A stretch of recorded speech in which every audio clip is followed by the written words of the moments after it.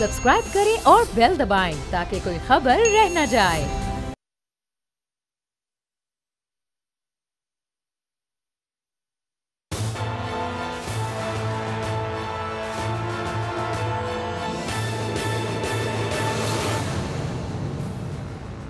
अस्सलाम वालेकुम। प्रोग्राम तज्जिया में हूं लीना इलियास और आज के इस प्रोग्राम में हमारे साथ मौजूद हैं समी इब्राहिम साहब टेलीफोन लाइन पे। स्टूडियो में मेरे साथ मौजूद हैं आरिफ चौधरी साहब और इसके साथ साथ हमारे साथ मौजूद हैं फ़ारूक सलीम साहब।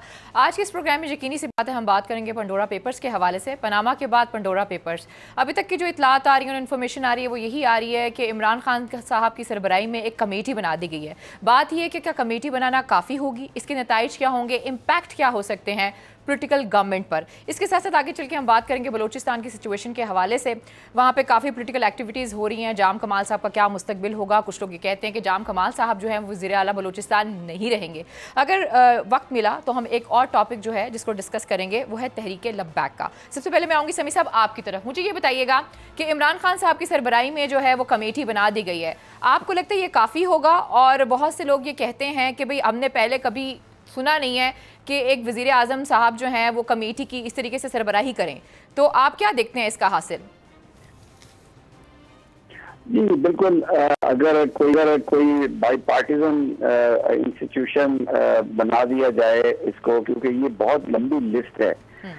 ये वज़ीर आज़म साहब की कमेटी जो है वो कैसे इन्वेस्टिगेट करेगी उन लोगों को जिनका ताल्लुक तहरीक इंसाफ से है। अब शौकत तरीन साहब कैसे इन्वेस्टिगेट होंगे, मोना सलाई साहब कैसे इन्वेस्टिगेट होंगे, जावेद अफरीदी साहब जो पेशावर ज़ल्मी के हैं, मालिक हैं, वो वज़ीर आज़म साहब के बड़े करीबी दोस्त हैं और मार मची हुई है आपके सामने है कि महीनों से लोगों ने पैसे दिए हुए हैं और गाड़ियां नहीं मिल रही हैं। हर तरह की करप्शन में उसको उन्होंने लीगलाइज किया हुआ। तो इतने पावरफुल लोग, ये जो कमेटी वज़ीर आज़म साहब की सरबराही में इसका जो है शायद वो ना कर सके इतनी जो है इन्वेस्टिगेशन। ये तो सुप्रीम कोर्ट ऑफ पाकिस्तान को बिल्कुल इस पर नोटिस लेना चाहिए। जिस तरह पनामा पेपर्स की इन्वेस्टिगेशन हुई, एक जॉइंट इन्वेस्टिगेशन टीम बनाई गई जो सुप्रीम कोर्ट को रिपोर्ट करती थी, तो इसी तरह का ये होना चाहिए और इसमें बिल्कुल रुथलेस होनी चाहिए। जिन लोगों ने ये माल बनाया, लूटा है गरीबों का माल, चाहे उनका किसी भी पार्टी से ताल्लुक है। मैं वज़ीर आज़म साहब की कोई नीयत पे शक नहीं करता, वो एक दयानतदार आदमी है, इसमें कोई शक नहीं। इस पूरी रिपोर्ट में उनका नाम नहीं आया इन पेपर्स में, कहीं ज़ाती हवालों से उन्होंने कोई कंपनी नहीं बनाई, but he doesn't qualify to head a committee if that investigation has to be launched. Model है पूरी दुनिया में और हमारे यहाँ पनामा पेपर्स का मॉडल मौजूद है। ये सुप्रीम कोर्ट ने एक इन्वेस्टिगेशन की, एक केस की, तो अब ये जो सारे केसेस हैं उनको भी, और जो बाकी रह गए पनामा पेपर्स में बहुत सारे लोग, ये कोई इस तरह से कोई इन्वेस्टिगेशन होनी चाहिए, एक जॉइंट इन्वेस्टिगेशन टीम हो और जो अदालत को रिपोर्ट करे, सुप्रीम कोर्ट ऑफ पाकिस्तान को जो रिपोर्ट करे, फिर मेरा ख्याल है लोगों के कंसर्न इसमें नहीं होंगे। अदरवाइज बड़ा मुश्किल है जी। ये हुकूमत को जरूरत पड़ती है वोटों की, बहुत कम थिन मेजॉरिटी है, तो अगर इमरान खान साहब चाहें भी तो भी जो लोग हैं इनके नीचे जो काम करने वाले हैं वो रिक्वायर्ड रिजल्ट शायद उसके ना आ सके। ठीक हो गया। आरिफ साहब मैं आपकी तरफ आऊँगी, आपका इस हवाले से क्या कहना है? जैसे कि समी साहब ने भी कहा है कि बेहतर ये होता कि जो इदारे हैं वो अपना काम करते हैं, या सुप्रीम कोर्ट जो है वो ज्वाइंट इन्वेस्टिगेशन एक टीम बनाती जिस तरीके से पहले हुआ। आपको लगता है कि यही करना चाहिए था? और अगर ये इमरान खान साहब कर रहे हैं, जैसे कि समी साहब ने बोला कि इसमें बदनीयती तो नहीं नज़र आती, लेकिन अपोजिशन तो इस पर बहुत अच्छा खेल सकती है। बहुत शुक्रिया। असल में बात बदनिश्ती की नहीं होती, बात सीधी सीधी चीज़ों को जिस तरह है उसे करने की होती है कि आपने अच्छी चीज़ को अगर बुरे तरीके से आप करेंगे तो वो जो नतायज आप हासिल करना चाहते हैं वो हासिल नहीं होंगे। नतायज यहाँ यही हासिल करना चाहेंगे प्राइम मिनिस्टर साहब के जो परपेट्रेटर्स हैं इन ऑफेंसेस के, उनको सज़ा मिले, और वही जो उनका बयानिया एक अरसे से चलता आ रहा है कि कैफरे किरदार तक पहुँचाएँगे और NRO नहीं देंगे, उसको तक़वियत मिले। लेकिन मसला ये है कि क्या बाकी इदारे जो आपके हैं वो बेकार हो चुके हैं? और FIA अगर ये काम नहीं कर सकती तो फिर आपको FIA के रखने का कोई फ़ायदा? और जिस तरह समी साहब ने कहा कि सुप्रीम कोर्ट ने ऑलरेडी एक इन्वेस्टिगेशन उनकी यानी इख्तियारात सुप्रीम कोर्ट ने अपने इस्तेमाल किए 184(3) के तहत, और उसमें उन्होंने एक जो इन्वेस्टिगेशन हुई उसको सुपरवाइज किया।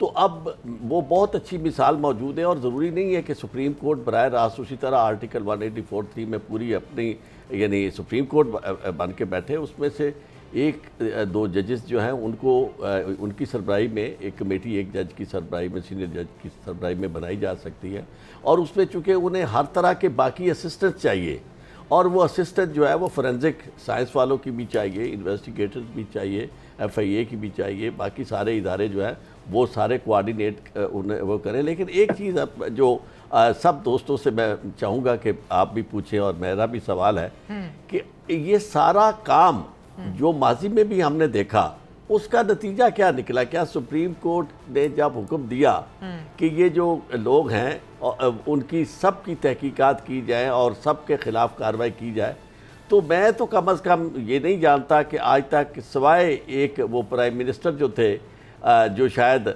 पानामा लीक्स जो थी वो मिल गई और डॉन लीक्स पीछे चली गई तो वो उनका काम तमाम कर दिया गया, इसके अलावा तो वो आज तक वो काम सारा यानी नज़र नहीं आ रहा। और अगर यही काम करना है तो फिर सब्र शुक्र करके बैठ जाए कि पाकिस्तान का यही मुकद्दर है कि यहाँ इक़्तिदार में आने वाले लोग जिनके पास भी इख्तियार है या इक़्तिदार में बैठे हुए लोगों के करीब तरीन लोग जो हैं आइज़ा व अकारिब उनके जो हैं वो पैसा उन्होंने बनाना है और बैरून मुल्क लेके जाना है। अब जब ये अफरीदी की बात की इन्होंने, इससे ज़्यादा यानी ये गवर्नमेंट जो खुद इतना बड़ा वो उनका क्लेम है कि और यूँ लगता है कि जैसे इनसे ज़्यादा कोई दयानतदार है ही नहीं, उनके अपने घर में बैठे हुए लोग जिनकी उन्होंने बाकायदा वो जो इफ्तिताह जो था उनका वो उन्होंने किया और उसके बाद लोग बेचारे चीख रहे हैं कि उन्हें गाड़ियां नहीं मिल रही और इतनी ज़्यादा बुकिंग हुई और वो।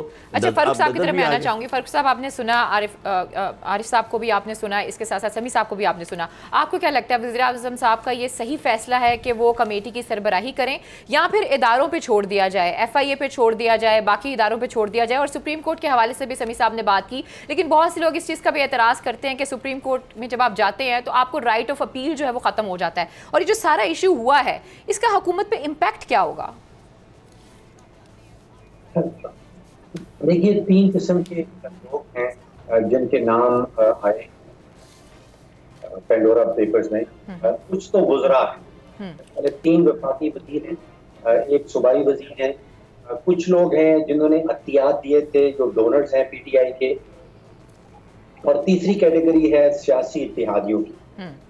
अब समझिए कि 3 वफाकी वजीर हैं, क्या उनसे ये कहा जा सकता है कि आप अपनी पोस्ट से स्टेप डाउन हो जाएं उस वक्त तक जब तक आपके खिलाफ तहकीकात हो रही हैं? क्या मोहन सलाई से ये कहा जा सकता है कि आप अपनी वजारत से स्टेप डाउन हो जाएं जब तक आपके खिलाफ तहकीकात हो रही हैं? 3 चीज़ें चाहिए होंगी। एक तो नीयत है, जिसमें आई थिंक हमें कोई शक नहीं है, वज़ीर-ए-आज़म साहब की नीयत है कि तहकीकात की जाए। दूसरी रिक्वायरमेंट होती है काबिलियत की। क्या ये कमेटी जो मैं सुन रहा हूँ कि इंस्पेक्शन कमीशन जो है उसके तहत एक सेल बनाया जाएगा, क्या उनके पास कोई काबिलियत होगी तहकीकात करने की? हमने देखा है पिछले 3 सालों में चाहे वो नैब हो चाहे वो FIA वाले हों उन्होंने साबित कर दिया है कि उनके पास तहकीकात करने की खातिर खा काबिलियत बिल्कुल एग्जिस्ट नहीं करती है। वो अब ऐसे सबूत इकट्ठे नहीं कर पाए हैं जो कि अदालत में जाके ये साबित कर पाए कि इन लोगों ने वायलेशन की है कानून की या नहीं की। अब नैब के अंदर आप सोचिए कि आपको इंटेलिजेंस टेक्नीशियंस चाहिए होते हैं, आपको फोरेंसिक अकाउंटेंट्स चाहिए होते हैं। इस किस्म की जो काबिलियत है वो नैब के अंदर बिल्कुल एग्जिस्ट नहीं करती है। तो नीयत तो एग्जिस्ट करती है, काबिलियत नहीं है, और फिर मैं समझता हूँ कि सियासी तौर पे इस पे अमल दरामद नहीं हो पाएगा। अगर आप मोहन सलाई साहब से कुछ कहते हैं, उनकी पार्टी के पास जो है वो 5 MNAs हैं, 10 MPs हैं, PTI की अपनी जो अक्सरियत है वो 6 या 7 की अक्सरियत बनती है नेशनल असेंबली के अंदर। अगर ये 5 भाग जाते हैं या निकल जाते हैं तो फिर हुकूमत का अपना रहना जो है वो बड़ा मुश्किल हो जाएगा। तो एक तो काबिलियत एग्जिस्ट नहीं करती, ना ही इस सेल के अंदर जिसको वज़ीर-ए-आज़म साहब शायद चेयर करेंगे, ना ही नैब के अंदर और ना ही FIA के अंदर। अगर तारीख को आपने एक पैमाना देखना है तो 400 पाकिस्तानियों का नाम आया था पैनामा पेपर्स के अंदर, और वहां पे सिर्फ एक खानदान जो नवाज शरीफ साहब का खानदान था उनके ऊपर तहकीकात हुई। बाकी जो 399 थे उन नामों के ऊपर मेरे इल्म में नहीं है। शायद FBI ने कोई नोटिस भेजे हों, SECP ने कोई कार्रवाई की या नहीं की, स्टेट बैंक ने कोई कार्रवाई की या नहीं की। मेरा ख्याल है कि कोई खास कार्रवाई हुई नहीं थी। अब यहाँ पे 700 नाम आए हैं पेंडोरा पेपर्स के अंदर, तो कार्रवाई सियासी तौर पे मैं समझता हूँ बड़ा मुश्किल है इन लोगों के खिलाफ कार्रवाई करना। जी समी साहब, आपने सुना फारूक साहब को, वो कहते हैं कि अगर आप, ठीक है आपने कमेटी तो बना दी है, सब कुछ हो गया, लेकिन मसला ये है कि अगर आप ग्राउंड रियलिटी की बात करें तो कार्रवाई तो आप नहीं कर सकते। आपके इत्तेहादियों पे आपकी सारी गवर्नमेंट चल रही है। थोड़ा सा आपने अगर उनसे कहा कि आप इस्तीफे दे दें तो आपकी तो अपनी गवर्नमेंट जा सकती है। बिल्कुल उन्होंने सही कहा।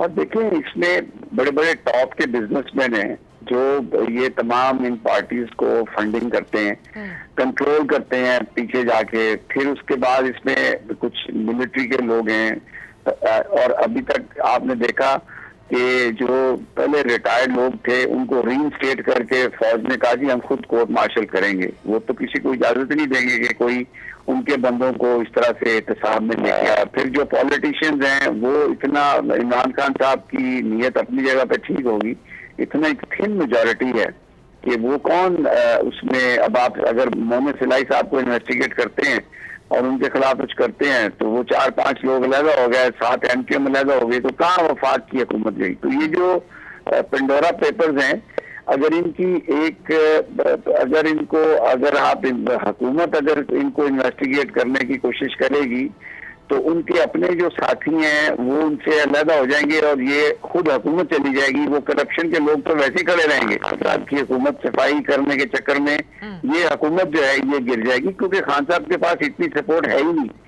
तो ये तो ओवरऑल अगर हम देखें, बड़ी अच्छी बात कही फारूक सलीम साहब ने। 400 थे पनामा पेपर्स में पाकिस्तानी और उनमें जजेस भी थे। सिर्फ एक शरीफ खानदान का फैसला हुआ, उनको नवाज शरीफ साहब को हटाया गया। अब ये फिर दोबारा ये जो पेंडोरा पेपर्स हैं, इसमें इतने बड़े बड़े नाम हैं, इतनी बड़ी इनकी करप्शन है, कैपेबिलिटी। तो मैं अगर देखें, अगर नीयत हो तो ये सिर्फ जो ग्वाल मंडी के SHO है ना, यकीन करें इन सबसे हर चीज उगलवा लेगा, लेकिन उसको अथॉरिटी दें और उसकी अगर नीयत हो तो। ये इसमें पाकिस्तान में प्रॉब्लम ये है कि इमरान खान साहब की विल होगी, लेकिन उनके जो इस वक्त पॉलिटिकल पोजीशन बहुत कमजोर है, वो इन लोगों को चैलेंज नहीं कर सकते। इन लोगों को आप देखें, ये जो गंदम का माफिया, जो चीनी का माफिया, मुल्क में जो महंगाई आग लगाया, वो उनके पीछे पड़ा है। और उल्टा उन्होंने इमरान खान की जो मिस गवर्नेंस है उसकी मिसालें बना के इस हुकूमत का उन्होंने कहा जी खाता गोल करें। यही आपको मीडिया में नजर आ रहा है। अब देखें मीडिया ऑनर के नाम है सबके, कौन खबरें छापेगा, कौन क्या करेगा, इस पे परसेप्शन नैरेटिव, ये बड़ा मुश्किल काम है इमरान खान साहब के लिए। ये अल्लाह ताला कामयाबी दे, लेकिन बेसिकली इट हाईलाइटेड कि हम लोग किस माफिया के नरगे में हैं। किसी सेक्शन ऑफ सोसाइटी को देख लें, चाहे वो मीडिया है, चाहे वो जजेस हैं, चाहे वो पॉलिटिशियन है, चाहे वो मिलिट्री है, हर तरफ आपको वो लोग नजर आ जाएंगे जिनका एक अनहोली अलायंस है बिहाइंड द सीन, और ये स्टेटस को जारी रखना चाहते हैं। ये वो सरमायादाराना निजाम जिसे हम जमहूरियत कहते हैं, it takes us back to that original question जो आज से पहले होता था कि सिस्टम कौन सा है, ये जिसको हम जमहूरियत कहते हैं, सरमायादाराना निजाम है जिसमें जो तमाम बदआमाली जो है वो कानून के पीछे छुपा दी जाती है, गरीब का खून चूसा जाता है। ये आपके सामने है सारा। अब इसको आप डील कैसे करेंगे, I don't know. Farooq Salim साहब या आरिफ चौधरी साहब ज्यादा तजुर्बाकार और ज्यादा तालीम याफ्ता, ज्यादा पढ़े लिखे हैं, but I don't think it is going to go anywhere. जी आरिफ साहब, ये सवाल है कि आपको लगता है कि डील कर पाएगी गवर्नमेंट, और अगर नहीं कर पाएगी तो क्या नतीजे होंगे? देखिए बात यह है कि जो अब तक हुआ है ना, हमने सब कुछ देख लिया। सुप्रीम कोर्ट जो थी उसको भी हमने देख लिया, सुप्रीम कोर्ट की तहकीकात को भी देख लिया, air marshal retired Asghar Khan sahab के केस को भी हमने देख लिया, उसमें अहकामात भी देख लिए हमने। फिर रोज़ एक चीज़ हम देखते हैं कि छोटी छोटी जगहों पे आप सोसाइटियों पे जो करप्शन करोड़ों अरबों की करने वाले हैं वो इतने ताकतवर है कि वो 1.5 साल अदालतों में उनकी बेल बिफोर अरेस्ट इंटरम जो होती है वो चलती रहती है, और फिर अदालत कहती है कि देखें जी बराह रास्त तो इनके अकाउंट में पैसे नहीं गए, आप साबित नहीं कर सकते कि इन्होंने खुद पैसे लिए हैं। और फिर ये जी मुकदमा जो है ये कई साल के बाद दर्ज हुआ है। आप यानी ये सारी वो चीज़ें हैं कि जिनको बुनियादी तौर पर जिन्होंने देखना है, जो समझते हैं कि जी स्टेक होल्डर कौन होता है, वो जो पाकिस्तान में दिलचस्पी रखता हो पाकिस्तान बचे, और पाकिस्तान में दिलचस्पी रखने वाला ये चाहेगा और उसे चाहना चाहिए कि पाकिस्तान जो है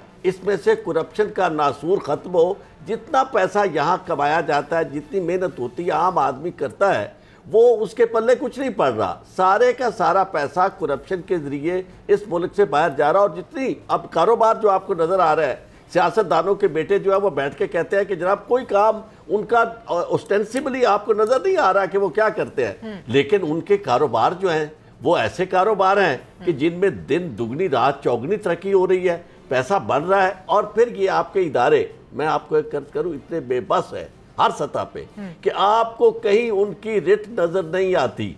और अब तो ज्यादातर मैं आपको यही कहूँगा बिल्कुल पूरे वसूख के साथ कि वो लोग भी साथ शामिल हैं। आप अगर उनकी तरफ आप जाएंगे तो आपको वो भी छोटी छोटी सतह पे नीचे वाले ब्यूरोक्रेट से लेकर ऊपर तक आपको वो भी उनके भी हाथ रंगे हुए नजर आएंगे और वो लोगों को बचाने में लगे हुए हैं। दुनिया में मुआशरे तरक्की क्यों कर रहे हैं? इमरान खान साहब बात तो करते हैं, लेकिन आप ज़रा ये देखें कि अगर वहाँ करप्शन होती है, किसी के खिलाफ केस आता है, तो लोग इस तरह उठ नहीं पड़ते सारे कि जनाब हम आ जाएंगे और जनाब हुकूमत गिरा देंगे, या सारे मिलके यानी उनका साथ देना हो, या मीडिया के चैनलों पे बैठ के लोग उनकी मदद के लिए ऐसे ऐसे किस्से कहानियाँ सुनाएं कि लोग हैरान रह जाएं। और यानी उल्टा जो लोग उन्हें पकड़ने वाले हैं या करप्शन के खिलाफ चलने वाले हैं उनकी बेइज्जती की जाए और उनकी इस हद तक उस पूरे उनके सिस्टम को इस हद तक क्रेडिबिलिटी उसकी ख़त्म कर दी जाए कि लोगों को ये लगे कि जनाब ये तो बड़े मासूम हैं, भले मानस लोग हैं। अब यही लोग हैं जो इख्तलाफ करते हैं और इन्हें जनाब सियासी तौर पर ख़त्म करने के ऊपर तुले हुए हैं। तो इसलिए मेरी ये गुजारिश ये होगी कि ये सुप्रीम कोर्ट वाला मामला, क्योंकि हमारे पास इसके अलावा अब कोई फोरम है नहीं, और जिस तरह असमी साहब ने भी बजा तौर पर कहा कि यहाँ अगर सुप्रीम कोर्ट नहीं होगी तो फिर ये बाकी प्राइम मिनिस्टर को तो ऐसी कमेटी हेड बिल्कुल नहीं करनी चाहिए, और ना ही कोई गवर्नमेंट का कोई शख्स उसमें हो, सीनियर मोस्ट जजेस हों, और उसको थोड़ा सा और इदारों को भी उसमें शामिल किया जाए, सुप्रीम कोर्ट करे, और फिर पूरी उस विल का फिर मुजाहरा किया जाए। बेहतर ना ये होता है कि ये जो कमेटी बनाई गई है इसकी कोई ग्राउंड होती, कोई टीओआर होता, कोई स्कोप होता। अगर थोड़ा स्कोप होता या कोई टीओआर बनाए जाते तो फिर चीजें किसी सिमत में हमें नजर आती हैं। टीओआर तो बनेंगे, बाद में बनेंगे अगर कोई कमेटी बन गई। असल में तो मैं तो इसकी कमेटी की तश्कील के सरियन खिलाफ हूँ कि कमेटी जो है चीफ एग्जीक्यूटिव को हेड नहीं करनी चाहिए, कभी ऐसा हुआ नहीं है। और उसकी वजह यह है कि वो खुद एक पार्टी होता है, उसकी मासूमियत जो है वो बेमानी होती है इस वजह से कि वो पॉलिटिकल हेड होता है, एक पॉलिटिकल पार्टी को रन कर रहा होता है, उसके अपने स्टेक्स होते हैं और बहुत सारे लोग। लेकिन हमेशा जब इमरान खान साहब का नाम लिया जाता है तो जहन में एक ही चीज आती है, सादिक और अमीन। अगर वो सादिक और अमीन का जब कॉन्सेप्ट उनको लेकर आता है कि भाई इस बंदे ने कभी करप्शन नहीं किया, फारूक साहब ये मैं आपसे सवाल करूंगी कि इस बंदे ने कभी करप्शन। अलीना एक सेकंड, आपने बिल्कुल सादिक अमीन उनको इमरान खान अपनी जाती हैसियत में होंगे, लेकिन मुझे ये बताएं कहाँ गया मालम जब्बा का केस? वो कौन किधर गया वो करप्शन मालम जब्बा का केस? भाई जो उनके साथी हैं वो उन्हें कुछ करने देंगे? कुछ भी नहीं करने देंगे। इतनी करप्शन अगर वो सारे ईमानदार हैं जो इर्द गिर्द बैठे हुए हैं, तो ये पाकिस्तान में करप्शन कौन कर रहा है? मैं कर रहा हूँ, आप कर रही हैं ये करप्शन। ये सारे के सारे देखिए, इमरान खान वो एक ऑनेस्ट आदमी है, लेकिन ही इज नॉट केपेबल। अभी जो उन्होंने अपनी टीम बनाई, जो भी हुआ उसने मुझे बताया कहाँ पे कैपेबिलिटी। वो तो आप कहते हैं हम एनआरओ नहीं देंगे, एनआरओ नहीं देंगे। सबसे बड़ा जो क्रिमिनल था जिसको सुप्रीम कोर्ट ऑफ पाकिस्तान ने कहा सजा दी कि ये मुलव्वस है, वो तो आपने बाहर भेज दिया। फिर उसके बाद आप मजाक उड़ाते हैं कि जी शीरी मजाली की आंखों में आंसू आ गए, वो आ गया। यू आर सो इनकेपेबल कि आपको ये पता ही नहीं चला। अभी आप क्या एनआरओ देंगे? हमें क्या पता क्या हुआ या क्या नहीं हुआ? आपने पकड़ा किसी को? जानी रिपोर्टें बनाई पंजाब हुकूमत ने मेडिकल की या वहां पे डॉक्टरों ने, किसी एक को पकड़ा इन्होंने? सारे के सारे ये जो है मामूद कौम को बनाया गया। तो ये वो भी पर्सनली मैं मानता हूँ उन्होंने अपनी कोई कंपनी नहीं बनाई, but he is not capable of handling. वो जिस चक्कर में फंसे हुए हैं, हर काम हो गया, अभी भी मैं वो कहते हैं एनआरओ नहीं देंगे। भाई नवाज शरीफ को आपने बाहर भेज दिया, इससे बड़ा एनआरओ क्या होगा मुझे बताएं? समी साहब तो आप बात सलीम साहब मुझे बताएं, आप इससे बड़ा एनआरओ क्या होगा? जी फारूक साहब। देखिए, जब हम ऑफशोर कंपनीज की बात करते हैं तो बात होती है वाइट कॉलर क्राइम की। ये वाइट कॉलर क्राइम जो लोग करते हैं बड़ा हाई सोशल स्टैंडिंग होती है, उनका सोसाइटी में बड़ी बड़ी इज्जत होती है, बड़ी ताकतवर लोग होते हैं, उनके पास माल होता है, वो आला तरीन वकला को जो है वो हायर कर सकते हैं। अब यहाँ पे हम अप्रोच पाकिस्तान में, जैसे अभी शायद समी साहब ने एसएचओ का नाम लिया, मैं ये समझता हूँ कि हमारे यहाँ ये वाइट कॉलर क्राइम और ब्लू कॉलर अप्रोच, यानी कि वो लोग जो कि ट्रेन किए गए हैं, साइकिल चोरी हो जाए या भैंस चोरी हो जाए, उसको ढूंढने में तो उनकी ट्रेनिंग है और वो कामयाबी से कर भी लेते हैं। यहाँ पे बात हम कर रहे हैं वाइट कॉलर क्राइम की। यहाँ पे वो ब्लू कॉलर अप्रोच जो है वो एप्लीकेबल नहीं हो सकती, और इसीलिए हम पिछले 3 साल में फेल हुए हैं कि हम कोशिश यही कर रहे हैं कि वाइट कॉलर क्राइम को पकड़ लें, लेकिन अप्रोच हमारी वही है, गाय भैंस और साइकिल चोरी और कार चोरी वाली जो अमला है, जो पुलिस का अमला है, जो बाकी तहकीकाती एजेंसीज का अमला है, वो वाइट कॉलर क्राइम कहीं से ढूंढना है। ये ऐसा हो नहीं पाएगा। व्हाइट कॉलर क्राइम को पकड़ने के लिए आपको बड़े एक्सपर्ट्स चाहिए होते हैं, जैसे मैंने पहले जिक्र किया, आपको फोरेंसिक अकाउंटेंट्स चाहिए होते हैं, आपको इंटेलिजेंस टेक्नीशियंस चाहिए होते हैं, आपको फाइनेंशियल एग्जामिनेशन एनालिस्ट चाहिए होते हैं। ये लोग हमने कभी भर्ती ही नहीं किए। तो अब यहाँ पे जब जैसे ही हम व्हाइट कॉलर क्राइम की बात करते हैं, और जैसे जिन लोगों का नाम आ रहा है, वो तो बड़े ताकतवर लोग हैं। यहाँ पे मैं नहीं समझ पा रहा हूँ, शायद आरिफ साहब मुझे समझा पाए कि सुप्रीम कोर्ट क्या रोल प्ले कर सकती है। क्या सुप्रीम कोर्ट एक इन्वेस्टिगेशन एजेंसी बन सकती है? अगर वो इन्वेस्टिगेशन एजेंसी है तो फिर उसकी इन्वेस्टिगेशन के ऊपर फैसला भी वो खुद ही करेंगे। मैं समझ नहीं पा रहा हूँ कि हमारा तरीकाकार क्या होगा इनकी तहकीकात के लिए, अनलेस हम इस्लाहात लेके आए, हम कंप्लीटली नैब को और FIA को रिस्ट्रक्चर करें और उनको इस काबिल बनाएं कि वो वाइट कॉलर क्राइम और वाइट कॉलर क्रिमिनल्स की तहकीकात और इन्वेस्टिगेशन जो है वो कर सकें। अब आप सोचिए कि FATF ने जब हुकूमत पाकिस्तान से अदाद शुमार मांगे एंटी मनी लॉन्ड्रिंग के, तो मैं हैरान रह गया कि हुकूमत पाकिस्तान ने जो FATF को अदाद शुमार पेश किए हैं, उनमें वो कहते हैं कि हमने तकरीबन 2500 लोगों की इन्वेस्टिगेशंस की हैं, उनमें से 350 लोगों के ऊपर मुकदमात चलाए हैं और एक शख्स को कन्विक्ट किया है, 1 कन्विक्शन। अब आप सोचिए कि हमारे यहाँ वुज़रा जो हैं वो हर रोज टेलीविजन पे आते हैं और कहते हैं कि उसने 100 अरब की मनी लॉन्ड्रिंग कर दी, किसी ने 250 अरब की मनी लॉन्ड्रिंग कर दी, लेकिन जब हम अदाद शुमार FATF वालों को पहुंचाते हैं तो उनको ये बताते हैं कि भाई हमने सिर्फ एक शख्स को कन्विक्ट किया है, और उसके बाद फिर हम खुद रोते हैं कि भाई FATF हमें जो है वो ग्रे लिस्ट में क्यों डाले रखा है। तो यहाँ पे नीयत की शायद कोई कमी नहीं है, लेकिन काबिलियत का एक संगीन शदीद किस्म का फुकदान है। ठीक हो गया फारूक साहब, मुझे प्रोग्राम में एक ब्रेक लेनी है, जब ब्रेक से वापस आते हैं मजीद भी बात करते हैं। लेकिन मैं अभी शहबाज गिल साहब को सुन रही थी, वो कह रहे थे कि मैं खुसरो मुख्तार साहब के घर गया और उन्होंने मुझे सारे के सारे डॉक्यूमेंट्स दिखाया, और जिसमें मुझे ये चीज़ नज़र आई कि उनके भाई भी और वो भी बिल्कुल क्लियर हैं।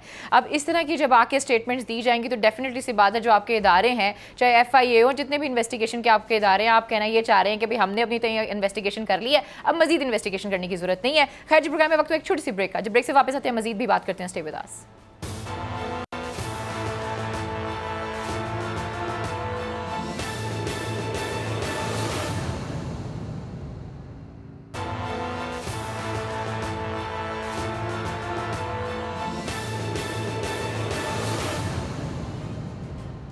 वेलकम बैक नाज़रीन, फिर आपको खुशामदीद कहते हैं। और ब्रेक पे जाने से पहले फ़ारूक सलीम साहब से बात हो रही थी और वो ये कह रहे थे कि सुप्रीम कोर्ट को आप इन्वेस्टिगेशन का इदारा तो नहीं बना सकते हैं, उनका एक अपना काम है, उनका एक अपना डोमेन है। जी आरिफ साहब, बहुत जानदार सवाल उन्होंने उठाया है फ़ारूक साहब ने। मैं उन्हें ये अर्ज़ करूँ कि एक कॉन्सेप्ट है परसोना डेजिग्नेटा का। सुप्रीम कोर्ट के कोई जज साहब जब इस काम के लिए मुकर्रर होंगे और वो सरबराही करेंगे और उसको मॉनिटर करेंगे, तो वो यानी उनका सारा काम जो है वो इस तरह नहीं समझा जाएगा कि ये सुप्रीम कोर्ट कर रही है। वो परसोना डेजिग्नेटा के ज़ुमरे में आएगा और उसकी जो जब भी कहीं किसी अदालत में वो मामला जाएगा तो वहाँ वो तहकीकात जो है वो तो सामने आएगी, लेकिन उन तहकीकात को महज इस वजह से सैक्रोसैंक्ट नहीं समझा जाएगा कि चूँकि इसके जो थे वो सरबराह जो थे वो सुप्रीम कोर्ट के जज थे।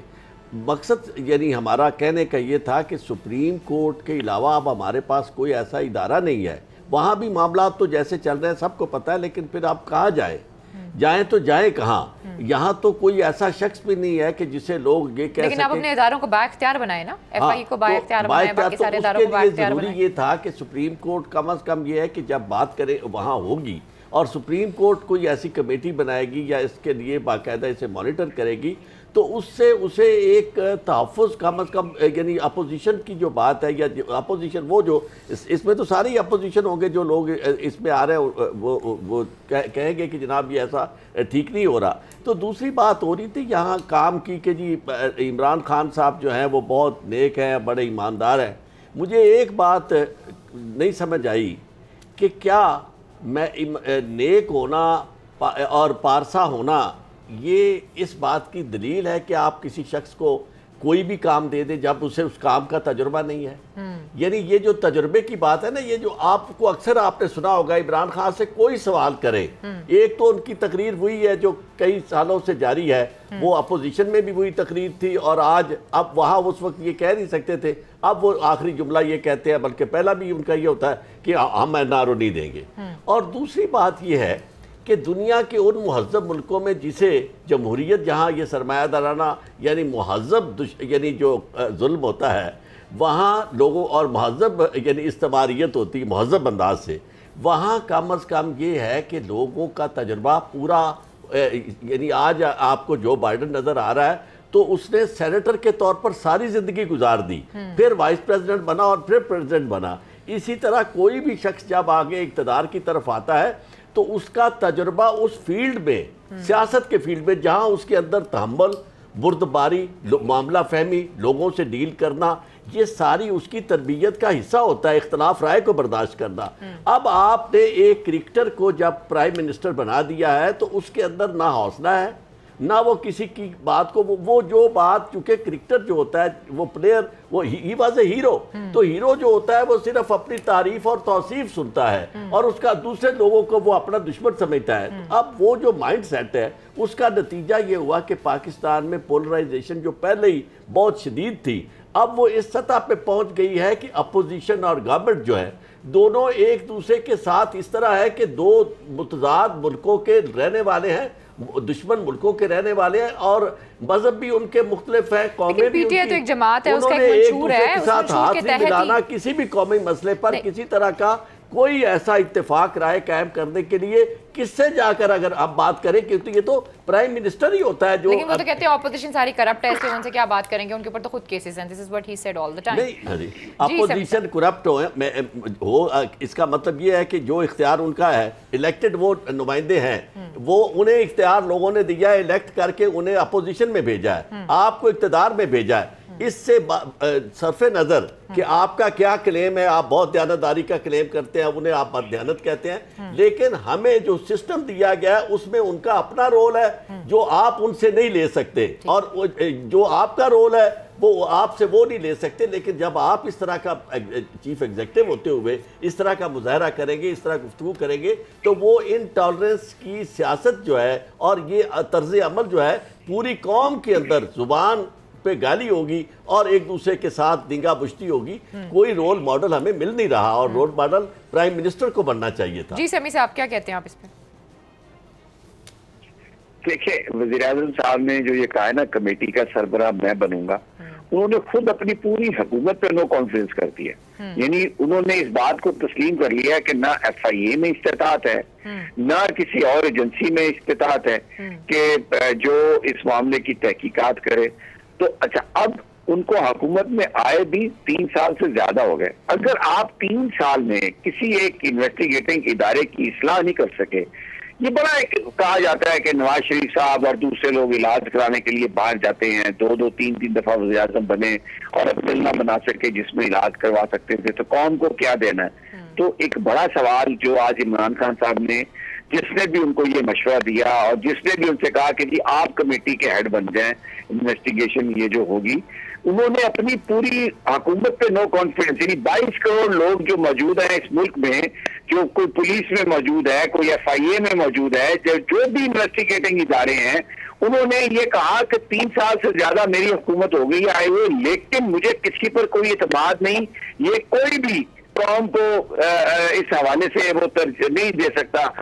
मुझे बताइए ये एक कितना बड़ा फेलियर है कि देखें, आप कम अज कम यार एक इदारा तो आप बना देते, आप एहतसाब आपका बड़ा, आप घंटे के महंगाई जितनी अभी कोई जितनी महंगाई हो गई है पाकिस्तान की तारीख में इतनी नहीं हुई, एक तो इदारा बना देते करप्शन को पकड़ने का। सुप्रीम कोर्ट ने 120 अदालतें बना दी, आप एहतसाब की, आपने नहीं बनाई, आज तक नहीं बनाई आपने, पैसे नहीं दिए उनको, जज लियो जी अब ये कर रहे हैं वो कर रहे हैं। और आप शहबाज गिल की बात कर रही थी कि जी वो खुसरो मुख्तार के घर गए हैं, तो शहबाज गिल साहब को पैसे किस चीज से मिलते हैं तनख्वाह के, वो मुलाजम किस चीज के हैं? क्या वो ये जाके कहते कि हाँ खुसरो मुख्तार बेईमान है? जिस तरह को वकील होता है किसी क्लाइंट को, चाहे वो कातिल भी हो, उसने अदालत में जाके ये कहना होता है कि जनाब ये इसका कोई जुर्म नहीं है और मैं आपको एविडेंस से साबित करता हूँ कि ये तो मासूम है। तो जो स्पोक्समैन है हुकूमत का, जो तर्जमान है, जो पैसे में गाड़ी इसलिए मिली है, वो क्या कहेगा कि खुसरो मुख्तार बेईमान है? वो भाई यही तो हम कह रहे हैं कि ये कोई भी, ये इमरान खान साहब बन गए कमेटी के हेड है, एक तो अपनी पूरी कॉमेंट्री में कॉन्फ्रेंस कर दिया, और दूसरा ये इसके खिलाफ क्या करेंगे? कुछ नहीं हो सकता के खिलाफ, जो 3-3.5 साल में एक इन्वेस्टिगेशन का इदारा नहीं बना सके, वो क्या पकड़ेंगे किसी को? और मैंने पहले भी कहा ब्रेकर जाने से किधर गया वो मालूम जबा केस, क्योंकि बड़े बड़े लोग थे, वजीर आजम के साथ है, सबके सब बचत होगी, सबको सब छूटे जाएंगे, तो अभी भी यही होगा और क्या होगा। ठीक हो गया। अच्छा फारूक साहब मुझे ये बताएं कि ऐसी शख्सियात या ऐसे मिनिस्टर या MNA MPs जो अपने डॉक्यूमेंट्स को डिक्लेयर नहीं करते, तो ऐसी सिचुएशन में और बताते भी नहीं है कि उनकी कहाँ कहाँ ऑफशोर्स कंपनी है और टैक्स के हवाले से भी उनका क्या है, तो क्या वो नाअहल नहीं हो जाते ऐसी सिचुएशन में? और ये ऑफशोर कंपनीज का टैक्स से क्या ताल्लुक है, थोड़ा इस पर रोशनी डालिएगा। देखिए शुरू में मैं अपने आप से आगे निकल गया। हमें शुरू में मुझे ये कहना जरूर चाहिए था कि जो ऑफशोर कंपनीज अभी हमारे सामने आई हैं, ये मुमकिनात में से है कि जिन अशखास की वो कंपनीज हैं उन्होंने शायद ये FBR जो उनके इनकम टैक्स के गोशवारे सालाना भरते हैं उसमें डिक्लेयर की गई हों। अगर डिक्लेयर की गई हैं तो फिर इन्होंने कोई गलत काम नहीं किया, फिर इनके खिलाफ कोई कानूनी कार्रवाई नहीं हो सकती। अगर ये डिक्लेयर नहीं की गई तो फिर एक अलग सिलसिला है, फिर सीरियस मामला हो जाता है। जो सियासतदान हैं वो ना सिर्फ सालाना अपने इनकम टैक्स के गोशवारे भरते हैं और उसमें अपने साजात की डिक्लेरेशन करते हैं, वो अपने कागजात नामजदगी भी जब भरते हैं इलेक्शन कमीशन के पास तो वहां पे भी अपने साजात को डिक्लेयर करते हैं। तो ये दो जगह हैं, ये इतना बड़ा काम नहीं है कि जिन अशखास की ये ऑफशोर कंपनीज निकली हैं उनके जो कागजात नामजदगी हैं वहाँ पे देख लिए जाएं कि इनको डिक्लेयर किया गया है या नहीं किया गया, उनके जो सालाना गोशवारे हैं इनकम टैक्स के उनमें ये डिक्लेयर किया गया है या नहीं किया गया। देखिए हम टेलीविजन पे बैठ के इस्लाहात की बात करते हैं, जो आईनी इदारे हैं जिन्होंने इसकी आईनी तौर पे तहकीकात करनी है वो रियली नैब है या FIA है या फिर जैसे मैंने कहा कि सूबाई लेवल पे वो एंटी करप्शन एस्टेब्लिशमेंट्स हैं। लेकिन जब नीयत ही खराब हो, जब नैब बनाया ही इसलिए गया हो कि उन्होंने अपने जो सियासी हरीफ हैं उनको तंग करना है, उनको खराब करना है और उसका मेन मकसद ही नैब का ये बनाया गया हो, तो फिर हम जितनी मर्जी बात कर लें कि ये आईनी इदारा है, उसके अंदर इस्लाहात लानी पड़ेंगी, उसके अंदर कॉम्पिटेंट लोगों को भर्ती करना पड़ेगा। तो यहाँ पे एक तो आइन का मकसद है और एक फिर जो हुक्मरान तबका है जब वो हुकूमत संभालता है तो उनके मकासद जो हैं मैं समझता हूँ उस आइन से फर्क हो जाते हैं, तो फिर वो यूजलेस हो जाती है। हम यहाँ बैठे जितनी मर्जी इस्लाहात की बात करते रहें, नैब और FIA में उस वक्त तक इस्लाहात नहीं आएंगी जब तक जो हुक्मरान तबका है वो इनको अपना आईनी रोल नहीं दे रहा। ठीक हो गया जी। प्रोग्राम में वक्त तो एक छोटी सी ब्रेक का, लेकिन जब इमरान खान साहब आए थे तो उनका यही नारा को ख़त्म करेंगे, और पनामा का जब ये सारा केस हुआ था तो हमने देखा था वो कितने वाइब्रेंट थे, और आज वही चीज़ जब उनके सामने आ रही है तो अभी फ़िलहाल चीज़ें उस तरीके से तो हमें नज़र नहीं आ रही जिस तरीके से नज़र आनी चाहिए थी। बहुत से लोग ये समझते हैं और कहते यही हैं कि जितने भी वज़रा हैं एटलीस्ट इनको तो इस्तीफ़ा देना चाहिए। खैर जी, प्रोग्राम में वक्त तो एक छोटी सी ब्रेक का, स्टे विद अस।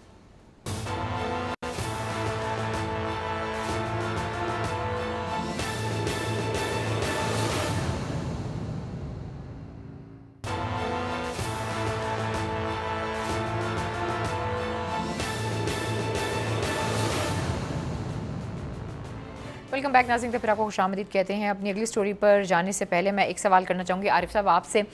ये जो सारी सिचुएशन है, आपको भी मैंने सुना, फ़ारूक साहब को भी सुना, समी साहब को भी सुना, तो इस वक्त एक कानूनी बहरान से नज़र आता है। अभी मैं देख रही थी नैब की जो तरमीम है उसके हवाले से भी बात हो रही है, चेयरमैन नैब के हवाले से भी चीज़ें सामने नहीं आ रही हैं। जी, बहुत बड़ा कानूनी बहरान अगले आने वाले दिनों में नज़र आ रहा है। उसकी वजह यह है कि सबसे बड़ा इदारा आपका नैब, जो एहतसाब के मामले में एहतसाब कुशी वाला जो मामला था, एहतसाब कशी उसे कहें या एहतसाब करने वाला इदारा, वो ऐसा इदारा जो है वो खुद नॉन फंक्शनल हो रहा है। ठीक। और उसकी वजह यह है कि चेयरमैन के बगैर उस इदारे में कोई काम हो नहीं सकता, जो वैल्यूएबल काम जो करने वाले काम होते हैं, किसी की गिरफ्तारी, रेफरेंस वगैरह दाखिल करना। अब होगा क्या कि हुकूमत तुली हुई है कि उन्होंने वो जो मौजूदा कानून है उस पर उन्होंने अमल नहीं करना, और यही वजह है कि 8 तारीख जो है वो बिल्कुल आने को है और आज तक अभी उसके बारे में कोई फैसला नहीं किया गया। और वो करना क्या चाहते हैं कि आखिरी दम वो ये करेंगे कि एक ऑर्डिनेंस जारी करके, और वो ऑर्डिनेंस चैलेंज हो जाएगा। अच्छा, ये मैं आपको अर्ज कर दूं कि इस नॉन फंक्शनल होने का और ये जो कानूनी बहरान पैदा होगा, इसका सबसे बड़ा फ़ायदा ये सारे लोग जो आने वाले दिनों में, ये जो पहले नैब में थे जिनके केसेस वो भी, और ये जो इस वक्त यानी ये जो पेंडोरा पेपर्स में आने वाले लोग हैं, इनको बड़ा फ़ायदा होगा। उसकी वजह यह है कि नैब को नज़रअंदाज करके आप चल नहीं सकते, चूँकि नैब का बड़ा मेजर रोल है, वाइट कॉलर क्राइम के लिए ही वो बनाया गया था इदारा, वरना और अगर नैब को आप उसमें शामिल नहीं करते, और नैब यकीनन शामिल नहीं होगी, चेयरमैन जो है वो नहीं होगा, तो इस मामले में मैं समझता हूँ कि भरपूर फ़ायदा ये लोग उठाएंगे और इसी तरह ये कारोबार। चलिए हम अपनी अगली स्टोरी की तरफ चलते हैं। बलोचिस्तान में इस वक्त क्या सूरत हाल है, हमारे साथ मौजूद हैं हमारे ब्यूरो चीफ कोयटा से शहजादा जुल्फ़िकार साहब। पहले भी हमने उनसे अपडेट ली थी, अब भी उनसे अपडेट लेंगे। जी, इस वक्त बताएं वहाँ पर क्या सूरत हाल है, जाम कमाल साहब के हवाले से, वज़ीर आला साहब के हवाले से। सुना है काफ़ी मसरूफ़ हैं, काफ़ी मुलाकातें कर रहे हैं वो आजकल, कोशिश जारी है। जी शहजादा जुल्फ़िकार साहब। जी, मैं आपकी आवाज नहीं सुन सका, दोबारा आप मुझे ये बताएं कि जाम कमाल साहब के हवाले से क्या मजीद अपडेट्स आ रही हैं? नाराज लोगों को उन्होंने मना लिया है या नहीं मना लिया, या कोशिशें अभी भी जारी हैं?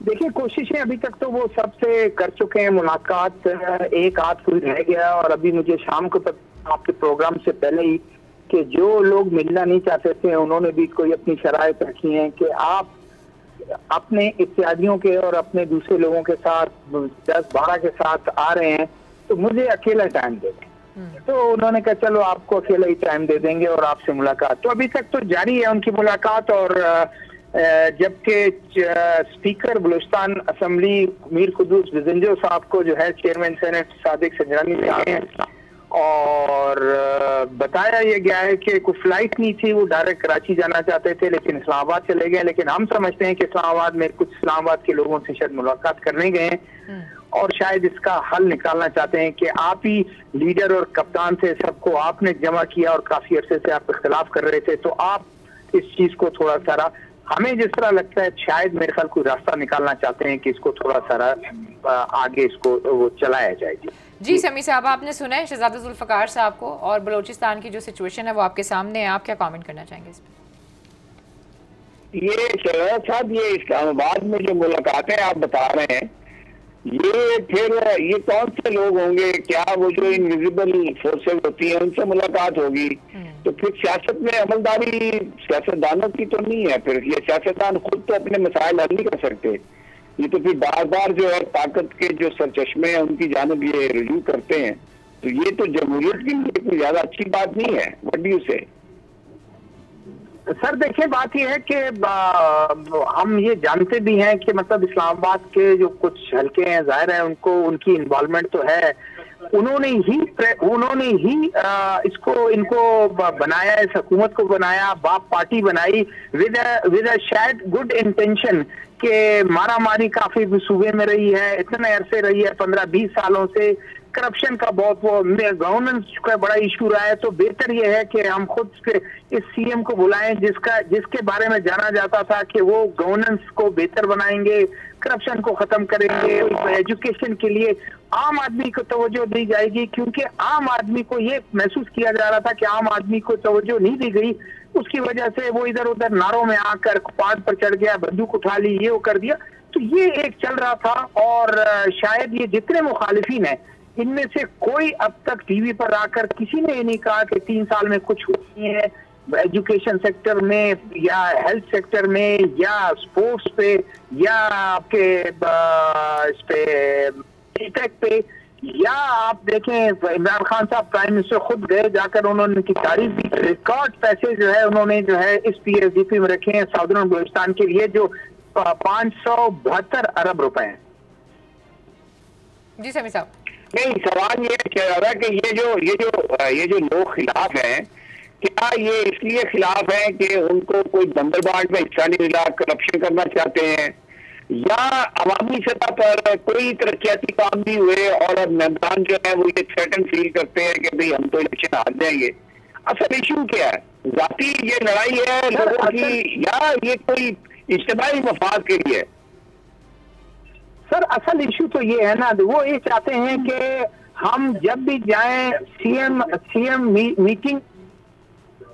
हेलो, आवाज आ रही है? जी आवाज आ रही है। हेलो, इशू तो ये है कि जी सर, असल तो इशू ये है कि कोई भी फ्री फॉर ऑल, अगर हम जाएं सीएम साहब जो है हमें इंतजार न करवाएं, जब हम दिल चाहे सीएम के कमरे में घुस जाएं, उन मीटिंग में बैठे हुए हैं, ये खुद आके इन्होंने कहा है करवाते हैं। अब 2 घंटे इंतजार करवाने का मकसद ये है कि ये अगर आप उसको देखें कि वो कहते हैं सीएम ने आके ये कहा भी है किसी टीवी पर कि मैं अगर 2 घंटे मेरे पास 15 लोग आ जाते हैं, अब एक बंदे ने मिलना है और वो कहता है अलग मिलना है, और वो भी मैंने 45 मिनट आधा घंटे मिलना है, तो मैं सबसे अगर मिलूंगा तो जाहिर है किसी को इंतजार करवाऊंगा। अगर मैं ये नहीं करूंगा तो मेरे लिए बड़ी मुश्किलात होंगी। तो और इशू कुछ नहीं है। कोई भी सरदार अब्दुर्रहमान खेतरान कल लगारी साहब के प्रोग्राम में, नजीर लगारी साहब के प्रोग्राम में कल थे, उन्होंने कहा कि बस हमें इशू ये है कि ये हमें कैंडिडेट को अवामी नहीं बनाया हुआ इन्होंने सीएम हाउस को, कि हमें 2-2 घंटे 4-4 घंटे इंतजार करना पड़ता है। इसके अलावा उन्होंने कोई ऐसी बात नहीं की वो करप्शन में इन्वॉल्व है, उन्होंने कोई मेगा करप्शन की हुई है, उन्होंने कोई फंड ले गए हैं, सारा कुछ सबको फंड भी दिए हैं, तमाम मामला है, तब भी मैं नहीं समझता कि कोई वैलिड रीजन हो। जी समीर साहब, आप इसमें मज़ीद बात ये तो आरिफ चौधरी साहब, फिर अब आप ये तो वही सूरत हाल है। जी आरिफ साहब, आप क्या कहते हैं सारी सिचुएशन के अंदर? मैं ये समझता हूँ कि पाकिस्तान में असल मसला लोगों की अपनी अना का है हर जगह, यानी बाकी बाद में आता है मामला कि पाकिस्तान, यानी फिर वो जब झगड़ा होगा प्रेस से मुखातिब होंगे, कहीं कॉन्फ्रेंस करेंगे, टीवी पे आएंगे, फिर ये कहेंगे कि देखिए जनाब हमने कौमी मफाद में ये मुनासिब समझा कि इसका छोड़ दें। और सबसे ज़्यादा कौमी मफाद जो इस तरह सफ़र करने वाले लोग होते हैं ना जी, एक जहाज़ से दूसरे जहाज़ में, उन्हें उन दिनों में कौमी मफाद, जब गवर्नमेंट टूट रही होती है, हालात ख़राब हो रहे होते हैं, तो उन्हें कौमी मफाद बहुत ज़्यादा नज़र आता है और हर जगह वो ये समझते हैं कि जनाब देखें मैंने तो आज तक जो कुछ किया कौमी मफाद में किया, और अब मैं जब समझता हूँ कि कौमी मफाद शदीद ख़तरे में है तो मैं ये समझता हूँ कि सादिक संजरानी साहब तो बहुत कोशिशें कर रहे हैं ना, ये भी तो देखें ना, सादिक संजरानी साहब अगर वो कोशिशें कर रहे हैं, कोई ना कोई तो रीज़न ज़रूर होगा। जी आरिफ साहब, तो मैं समझता हूँ कि यानी सूबे में हुकूमत जो है करने का, ये बड़ी अच्छी बात आपने की जिस तरफ से आपने इशारा किया कि ये जो जमहूरियत है ना, जब तक ये मैच्योरिटी इसमें नहीं आती, और वो मैच्योरिटी जो नहीं आती उसकी वजह ये नहीं है कि सियासतदान जो है वो मैच्योर नहीं है, वो बड़े मैच्योर है अपने काम में। मसला ये है कि जब चीज़ें कहीं और तय पाती हो किसी भी वजह से, चाहे अला वजह हिल्ला होती हो और अला वजह बसीरत होती हो, लेकिन सबसे बेहतर बसीरत जो है वो उन लोगों की इस्तेमाल होनी चाहिए जो लोगों से वोट लेके आते हैं, और वो लोग जो वोट देते हैं उन्हें ये समझा जाए कि ये उनका हक है कि वो जिसे हुकूमत करने का हक देते हैं, इख्तियार देते हैं, सारे मामलात वो खुद तय करे।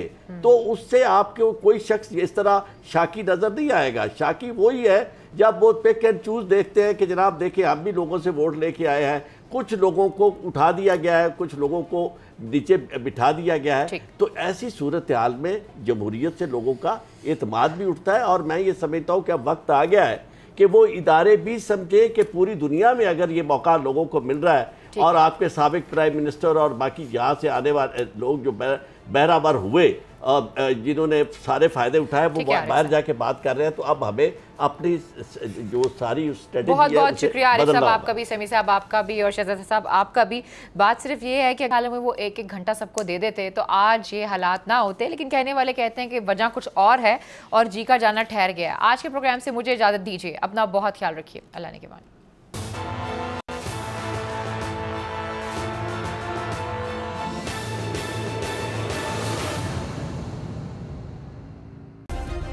सब्सक्राइब करें और बेल दबाएं ताकि कोई खबर रह न जाए।